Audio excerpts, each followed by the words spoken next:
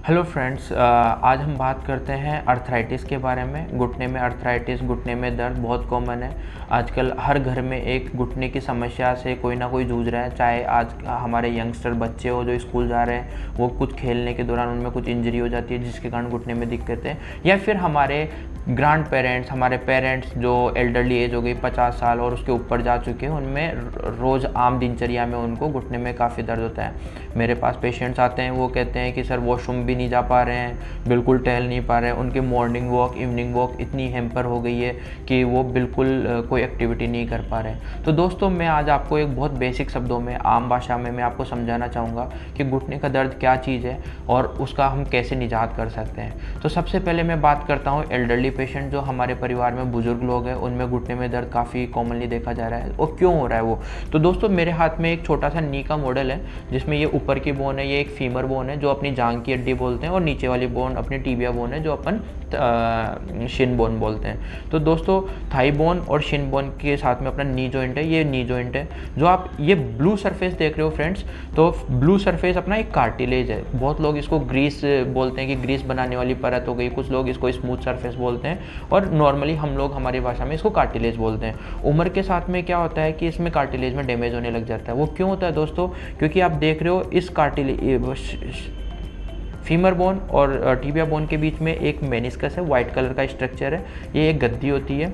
इस गद्दी का wear and tear हो जाता है उम्र के साथ में। जब उम्र के साथ में ये गद्दी फट जाती है, जिसके कारण अपना पूरा कार्टिलेज डैमेज हो जाता है। मेरे पास में एक दूसरा मॉडल है, वो उसमें मैं आपको दिखाऊंगा कि एक कार्टिलेज डैमेज होने के बाद में कैसा दिखता है। ये आपने देखा एक नॉर्मल कार्टिलेज था, और ये देखिए ये पूरा कार्टिलेज पूरा डैमेज हो गया है। तो दोस्तों, मेरे पास में इस मॉडल में आप देखेंगे कि ये जो ब्लू सरफेस है वो नॉर्मल कार्टिलेज है, और जो रेड वाला है वो पूरा डैमेज हो गया है। तो आप देखिए कि ब्लू सरफेस एक नॉर्मल है, रेड पूरा ख़राब हो गया है। ये रेड ख़राब होने के कारण क्या होता है कि जैसे ही आप चलोगे तो ये ऊपर की हड्डी नीचे वाली हड्डी से रगड़ खाएगी, जैसे ही रगड़ खाएगी वैसे ही आपको दर्द होएगा। फ्रेंड्स, सबसे बड़ी प्रॉब्लम ये है कि आप इस चीज़ के लिए बहुत ज़्यादा दिनों तक मेडिकेशन नहीं ले सकते हो। क्यों नहीं ले सकते हो? आप अधिक समय तक मेडिकेशन लेंगे तो आपका लीवर में प्रॉब्लम होएगा, आपका किडनी में प्रॉब्लम होएगा, आपको बहुत सारी दवाई की कॉम्प्लिकेशन जो होती है उससे जूझना पड़ेगा। तो इस कंडीशन में आपको क्या करना है, आपको सबसे पहले अगर आप मेरे पास आएंगे, मैं आपका एक एक्सरे कराऊंगा। एक्सरे करा के मैं ये देखूंगा कि आपके जॉइंट में गैप कितना कम हो गया है। इसका मतलब क्या हुआ? इसका मतलब ये हुआ कि आपको कितना मेनिस्कस इंजरी है, कितना कार्टिलेज इंजरी है, कितना ज़्यादा डैमेज है। लेट्स से अगर मैं कहूँ कि आपको जॉइंट पूरा ख़राब हो गया है, बिल्कुल गैप नहीं है, तो इस सिचुएशन में आपको क्या करना है दोस्तों? मैं आपको कुछ फिर भी इनिशियली मैं कुछ एक्सरसाइज प्रोग्राम आपको समझाऊंगा कि ये एक्सरसाइज आपको करनी है, कुछ मेडिकेशन मैं आपको दूंगा, और हो सके अगर हुआ तो हो सकता है मैं आपको एक इंजेक्शन भी दूं अगर आपका डैमेज उतना ज़्यादा नहीं है। तो अगर मान लीजिए आपका इन चीज़ों से आराम आ जाता है तो वेल एंड गुड, ये सबसे अच्छी चीज़ रहेगी। लेकिन फिर भी कुछ लोग आते हैं जिनके ऑलरेडी नी पूरे बैंड हो चुके होते हैं, उनमें बिल्कुल गैप नहीं होता है, वो उनसे एक कदम भी नहीं चला जाता है, तो इसको हम बोलते हैं एडवांस अर्थराइटिस, स्टेज 4 अर्थराइटिस। तो दोस्तों, इस स्टेज का एक ही इलाज होता है, नी रिप्लेसमेंट। लेकिन नी रिप्लेसमेंट का मतलब ये नहीं है कि हम आपका पूरा नी को बदल रहे हैं, कुछ और चीज़ कर रहे हैं। तो दोस्तों, हम क्या करते हैं, देखो मैंने आपको दिखाया कि इसके अंदर ये नॉर्मल सरफेस थी, ये पूरी डैमेज सरफेस है। सो अब हम क्या कर रहे हैं कि अब हम आप में दोस्तों क्या करते हैं कि ये जो आपकी डैमेज सरफेस, इसमें जो सरफेस डैमेज हुई थी उसमें ये देखिए हमने ये मेटल की सरफेस लगा दी यहाँ पे।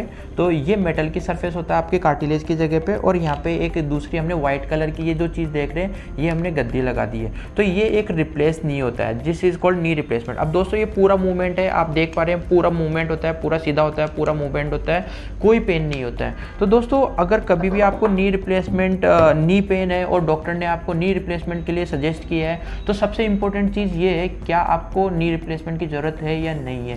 ये केवल तभी पता चलेगा जब आप हमारे पास आएंगे, हम आपके एक्सरे कराएंगे, आपके पैर को एग्जामिन करेंगे, फिर हम आपको बता पाएंगे कि यस यू नीड री रिप्लेसमेंट और नो।